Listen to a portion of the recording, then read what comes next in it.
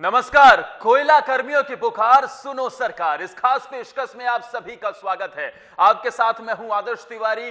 चर्चा करेंगे पूरे मसले पर कि आखिर क्या चल रहा है झारखंड में, जो कमर्शियल माइनिंग को लेकर अब केंद्र बनाम राज्य सरकार हो गया है। लेकिन सबसे पहले आपको रिपोर्ट दिखाते हैं कि झारखंड की पहचान के लिए कोयला झारखंड का सबसे बड़ी पहचान है। झारखंड 83.15 वहां से सबसे बड़ा कोयले का रिजर्व है। कुल कोयले का लगभग 26% रिजर्व झारखंड में है। यहां से निकलने वाले कोयले की मांग न सिर्फ राज्य में है बल्कि पूरे देश भर में है। ऐसे में झारखंड में अगर कोयला खनिज की प्रक्रिया प्रभावित होती है, देश के उत्पादन इकाइयों पर यह गंभीर रूप से प्रभावित करती है। झारखंड के कोयला खनिज पर पड़ रहे प्रभाव पर पहले ये हमारी खास रिपोर्ट देखिए, फिर चर्चा की शुरुआत करेंगे।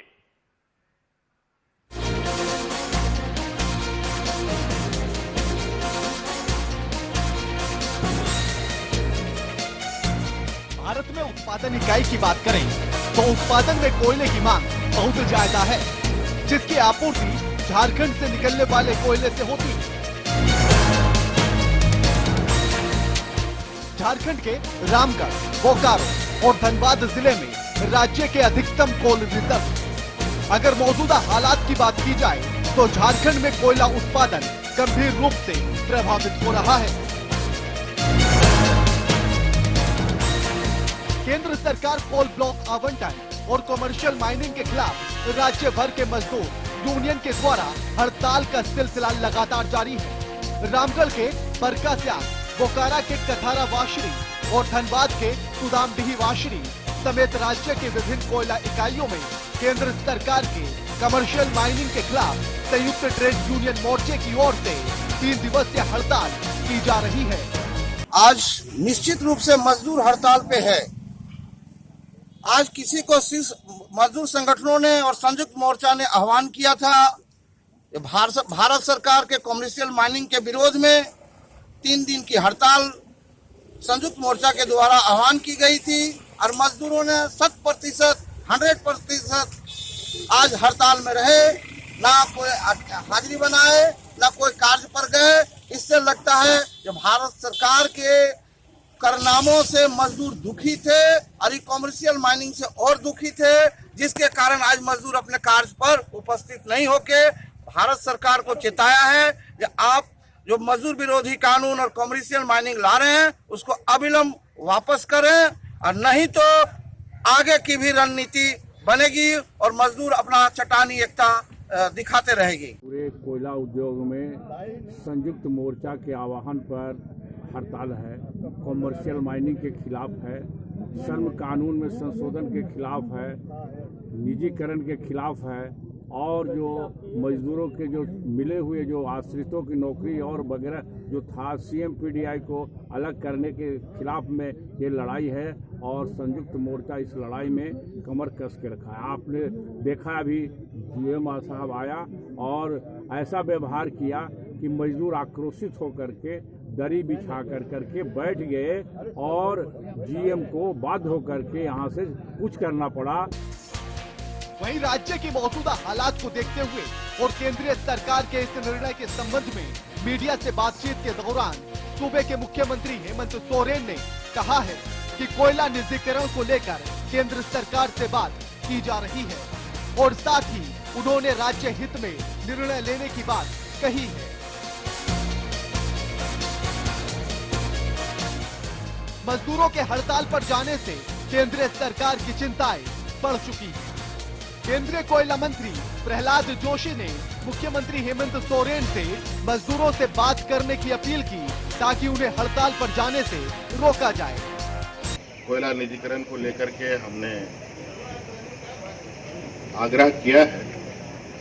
अब इसका कोई आधिकारिक जानकारी हमारे पास नहीं है और हम अपनी प्रक्रिया में हैं और हमारी प्रयास है कि जो निर्णय हो राजहित में वो निर्णय लिए। जानकारी है, खबर आ रही है कि कोयला मजदूर, खनन मजदूर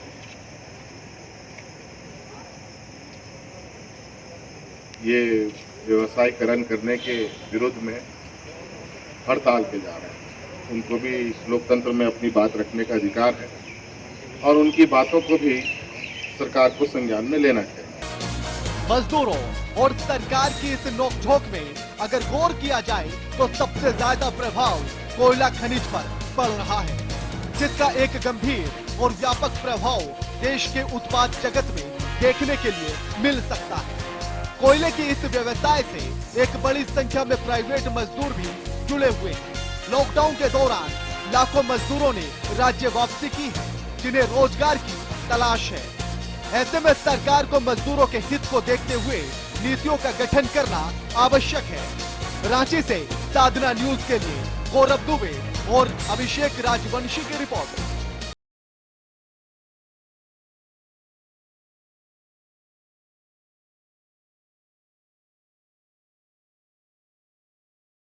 चलिए, इसी पर खास चर्चा करने के लिए हमारे साथ सीपी संथन जुड़ गए हैं, जो कि संयुक्त महासचिव हैं राष्ट्रीय कोयलरी मजदूर संघ के। आपका साधना प्लस में बहुत बहुत स्वागत है सीपी संथन जी। धन्यवाद सर। सीपी जी, किस चीज को लेकर परेशानी है और आगे की क्या रणनीति है? पहले तो मैं झारखंड के लोकप्रिय चैनल साधना टाइम्स को धन्यवाद देना चाहता हूं कि इस लोकप्रिय चैनल के माध्यम से आपने झारखंड और कोयला इंडिया के कार्यरत मजदूरों के ज्वलंत समस्या को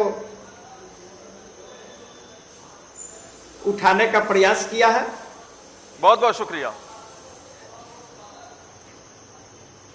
जहां तक हड़ताल के विषय में आपने पूछा है,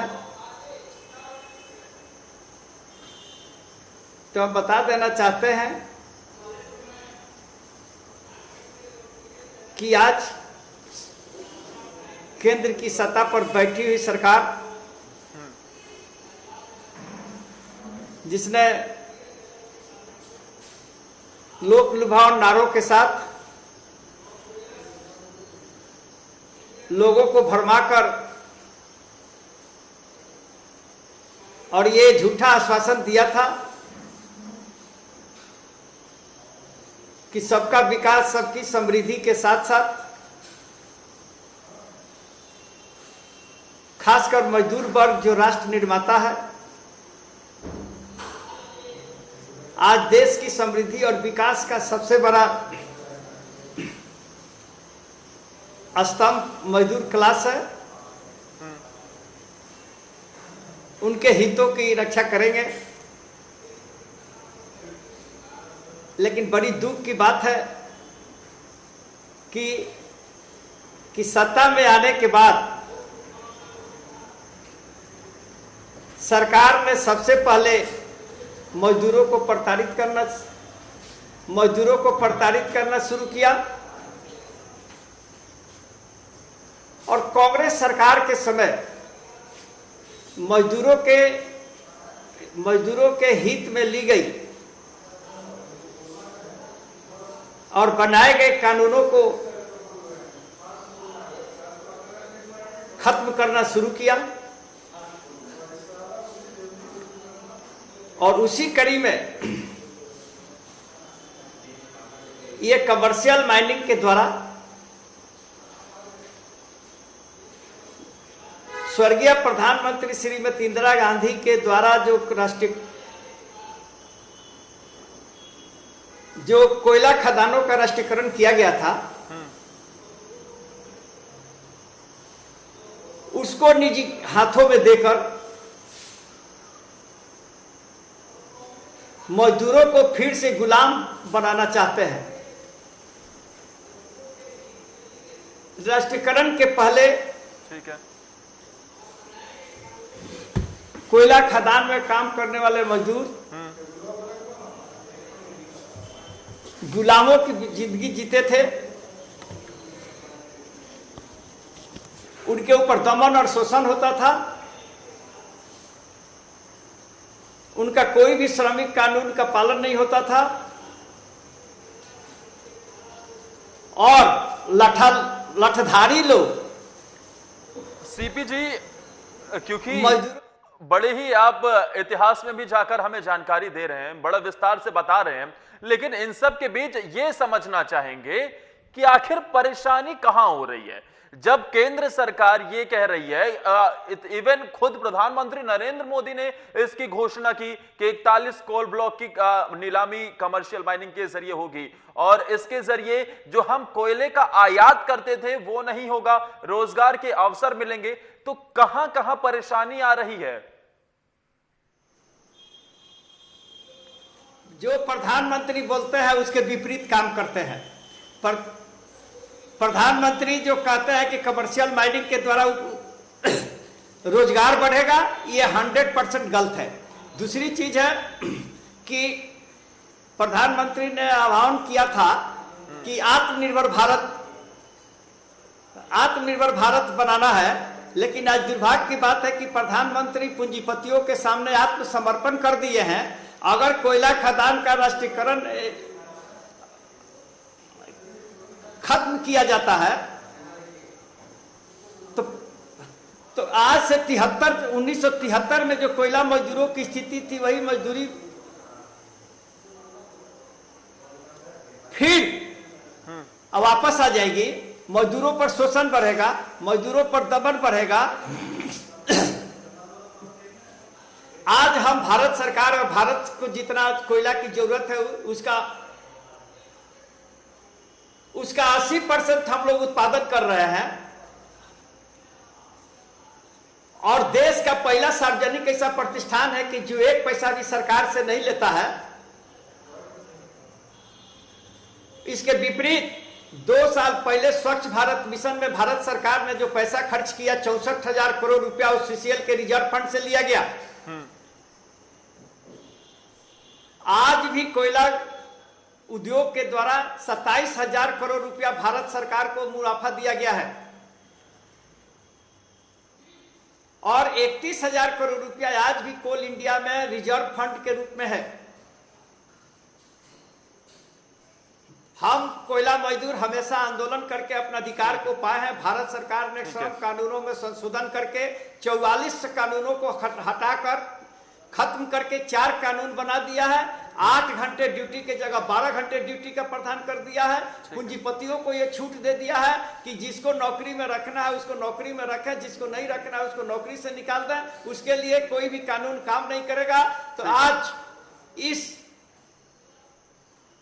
इस लोकतांत्रिक और प्रजातांत्रिक व्यवस्था में जो देश की समृद्धि के लिए मजदूरों ने जो खून और पसीना देकर जो योगदान दिया है देश को, आज मजदूर उसको बर्दाश्त करने के लिए तैयार नहीं है। और जहां तक प्रधानमंत्री बोलते हैं कि कोई कमर्शियल कोयला माइनिंग का, इसके पहले भी 110 कमर्शियल माइनिंग के लिए इन्होंने टेंडर किया था, लेकिन उसमें से मात्र 19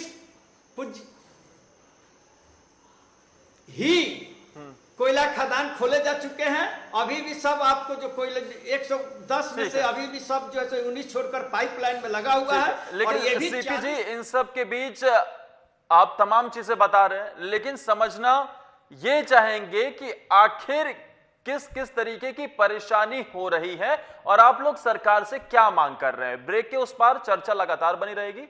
आप हमारे साथ बने रहिए सीपी जी, कहीं मत जाइए, आप लगातार जुड़े रहिए हमारे साथ।